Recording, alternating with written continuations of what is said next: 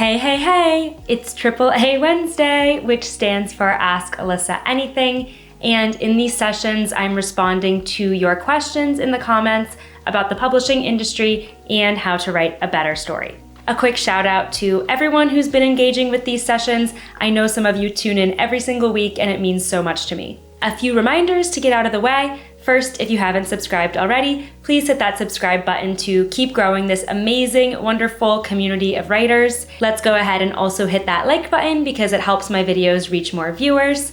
And if you currently have a work in progress, go into the description below and download my free story self-assessment worksheet. It's a fun, easy, simple quiz that is designed to help you see your story from a new perspective and potentially pinpoint some weak areas that you could improve on the next draft. Downloading that is going to sign you up for my newsletter, where I provide exclusive interviews with publishing industry professionals and published authors, so you don't want to miss out on all of their amazing tips. If you want to go straight to the newsletter, the link is also in the description. Without further ado, let's dive into the first question today. You talked about marketing, advertisement, etc. I was wondering what exactly is included in or typically a part of the contract.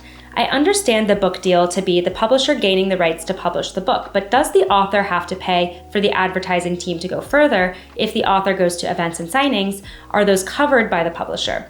Or would the author pay out of pocket to go to those types of promotion signings / meet and greet events? In terms of advertising and marketing, your publisher is going to put a certain amount of money behind your book into campaigns that they deem the best fit for your genre and their intended readership for the book. Now, marketing and advertising budgets vary very widely across different authors, so your book is likely not going to get the same marketing budget that Stephen King's books do, for instance, right? But there will likely still be some allocated budget for your book, and your marketing and advertising and publicity team are going to brainstorm how to most effectively use those dollars. Whether that is setting up a stand in Barnes & Noble advertising the book, or if it is online campaigns that they think are going to be more effective. When I worked with authors at Random House, it was not standard for them to hire their own advertisers or pay for their own marketing campaigns. Now, when it comes to author events,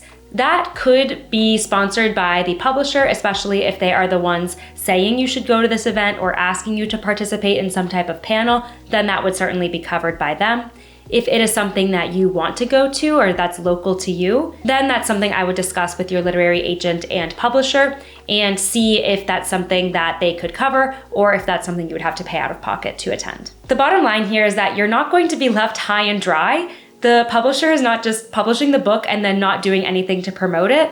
If you look at, for example, Penguin Random House's social media pages, they are constantly advertising and marketing their books, but it's not just through their social media pages. They are doing a lot of other advertising and marketing. And it is in their interest to sell as many of your books as possible, right? So they're going to do what they can to make that happen. Here's the next question. I have an idea for a book, but one of the key mysteries / plot twists / ongoing question that keeps the reader wondering would relate to genre, paranormal slightly. I worry there would be no wonder and curiosity with the reader if the book blurb or even the genre classification would give this mystery away and spoil the intrigue / mystery of the book. What happens when you come across such a dilemma? Do they, the editors, etc., have a way of not spoiling the mystery, or do they just say it how it is and let it be? The book blurb or the description of the book that goes on the back cover or on the online description page is not meant to spoil the twist or the reveal of the story, right? It is designed just to intrigue the reader, pique their curiosity to read the book and see what happens. So your publishing team is going to craft that blurb in such a way that it entices readers, but does not give everything away. If your twist is essential to the reader's experience of the book and you want them to have that shock wow factor, then they're certainly not going to give it away in the book blurb. Similarly, I wouldn't anticipate that they're going to position it under a genre that would give away the reveal. They're going to pitch the book to the readers that are going to most strongly resonate with that story while retaining the twist so that they don't spoil their experience. Here's another question. Do any agents consider a rewrite of a novel that was self-published but did not do well? I totally understand the position of having self-published a book but not getting the sales that you want, and now you want to pitch a literary agent and hopefully get wider readership for your book. Unfortunately, this is a very tough position to be in as an author because publishing houses, unless in very, very rare circumstances, typically if the book sold very well or the author has a very strong platform, will not buy the rights to publish a book that has already been self-published in any capacity. That's because, remember, they are paying for the rights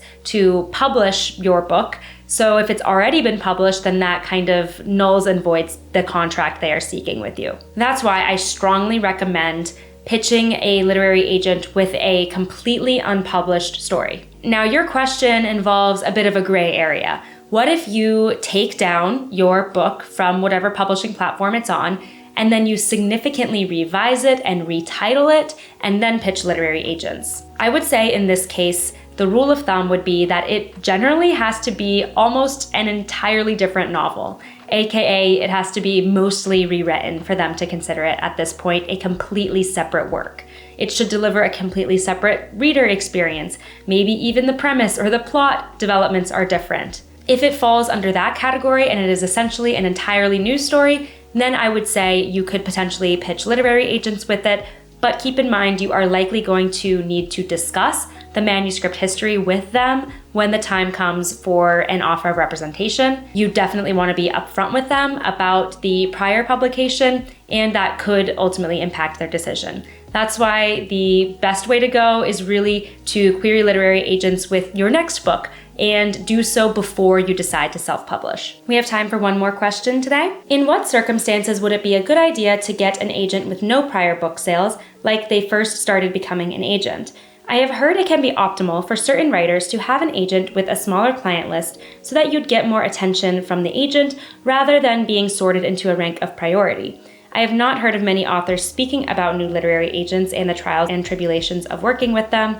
As a result, I am curious. I don't think you need to fall into a certain category as an author in order to work with a newer literary agent versus a more established agent. It really comes down to taste. So whenever you are researching agents and trying to figure out who might be a good fit for you, I want you to look at, yes, their reputation and how long they've been working in the industry and their background, but primarily at their taste. Because ultimately what you are doing when you are pitching a literary agent is hoping that your story resonates with them. So you want to pitch the agent who's going to have the strongest chances of connecting with your story. If the agent has not had any book deals, but is at a reputable agency, then they could still be a really great fit for you. Because remember that agenting is an apprenticeship type business, meaning that lower level literary agents often have very close partnerships and mentorships with the higher level agents at their agency. So if you respect those higher level agents, then you can expect that same support level with your agent, even though they are lower on the totem pole. One benefit of working with a newer agent is that they have more time and energy to devote to you, and they're hungrier to get a book deal, so they're likely going to give you their all. With a more established agent, you might not get as much attention because they are splitting their time across a lot of clients. When it comes time to go on submission, which is when the agent is pitching your book to publishers, they might have to do a bit more legwork just because they aren't established yet as an agent if you are going to be the first book they sell. But remember, if they are at a highly established agency, as I referenced, then it is likely that editors are still going to pay attention to them.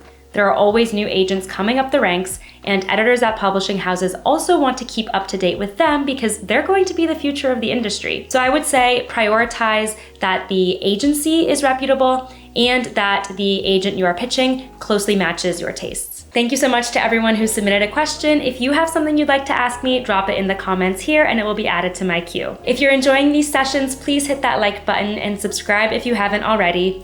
Don't forget your free story self-assessment worksheet and my newsletter link in the description below. Thanks so much for watching and happy writing.